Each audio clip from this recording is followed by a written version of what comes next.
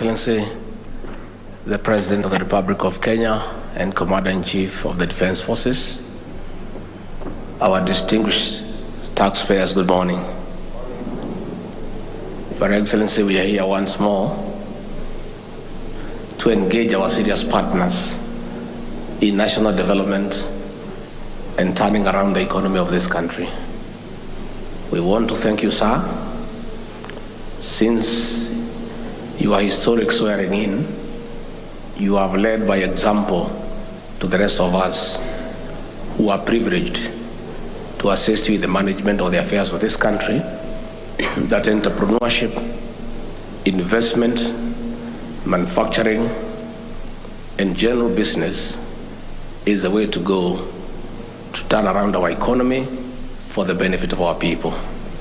I want to confirm to the taxpayers here today and all entrepreneurs, investors, manufacturers, and all those engaged in one way or another in doing business in our beautiful country, that our President has given a policy direction to all of us who serve under him, that our work as public officials is to support and facilitate business.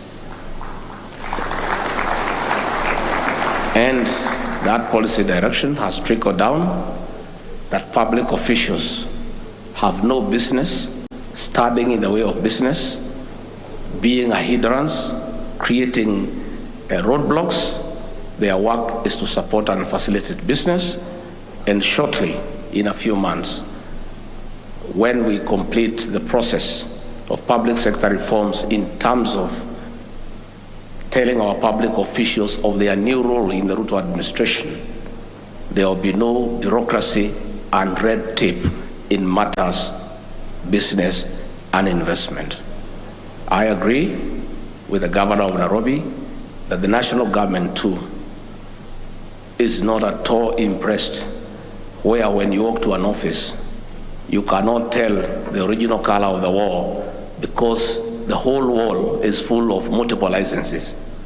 Those licenses must give way to show people, for people to appreciate the original color of the wall by having a single permit. So all permits should be collapsed under one. Finally, Your Excellency, as you ask the people of Kenya to pay taxes, as you mobilize the people of Kenya to accept their responsibility to pay taxes, those of us under you will also help you to make sure that those charged with the responsibility of collecting revenue do not criminalize tax payment. The taxpayers are our partners, and we continue to urge KRA to collect tax with dignity by respecting the taxpayer, and where there are challenges, let us continuously engage the taxpayers. The taxpayers are good people, and where they have challenges, through a continuous engagement process, we can always find out why there are challenges, surmount the challenges, and make sure that we collect more revenue for our beautiful country.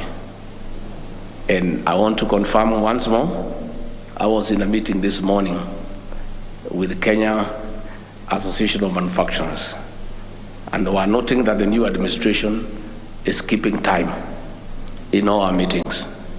I want to confirm that the President of the Republic of Kenya is leading by example. The problem in this country is one of leadership. Once you put the proper leadership in place, everything else gets into place. A country is as good as its leadership. It is therefore important. It is therefore important for those who are not in the know. The new President of the Republic of Kenya has given instructions to all of us that he will not allow any public official, starting with the Deputy President going downwards, to keep the people of Kenya, investors, waiting for them even for 10 minutes because they have work to do. So we want to tell our CSs, our PSs, and no other officials downwards, you take the cue from the President. You keep time. so that we allow Kenyans to go and do business and build their country. I don't want anybody to get in trouble with the new president. That's why I'm giving you this policy direction.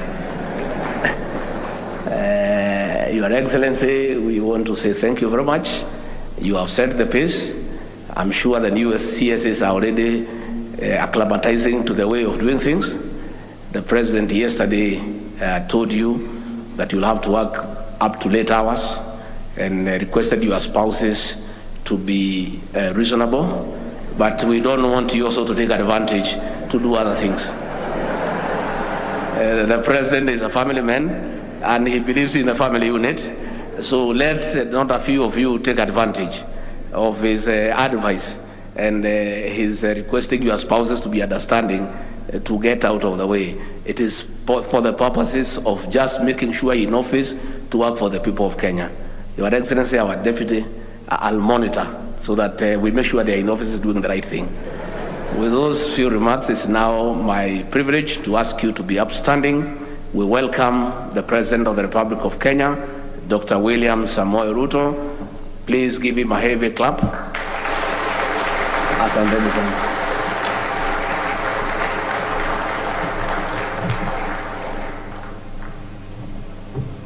Thank you very much. Thank you very much, Mr. Deputy President. Please, let's take our seats.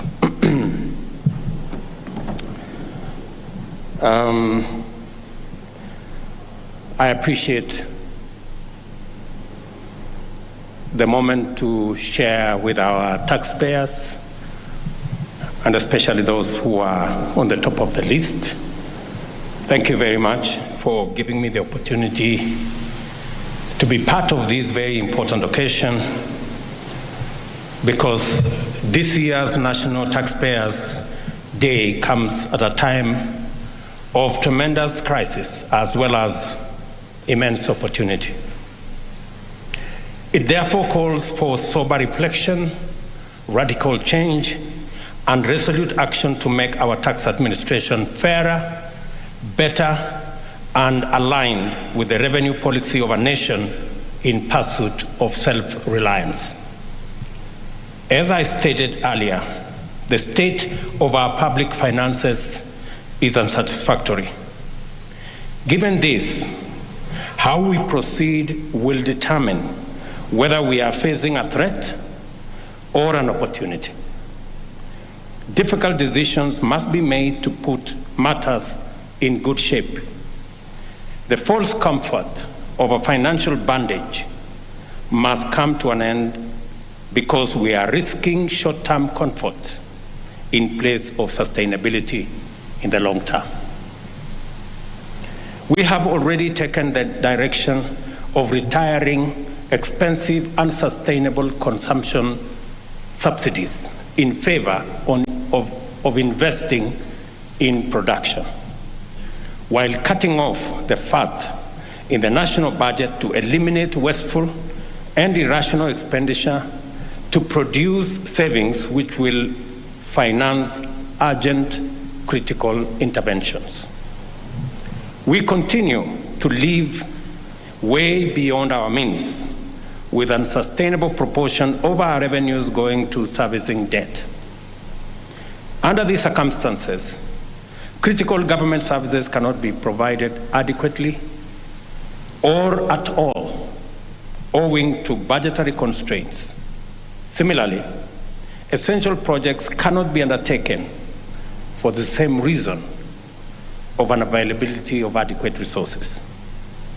The implementation of our government's plan for rapid and inclusive socio-economic transformation of our country depends on a robust revenue growth rate and a well-managed budget deficit.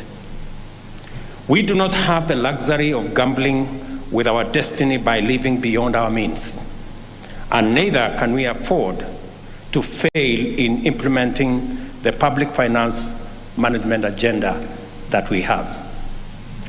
I note the steady growth of revenue mobilized by the Kenya Revenue Authority since 2020.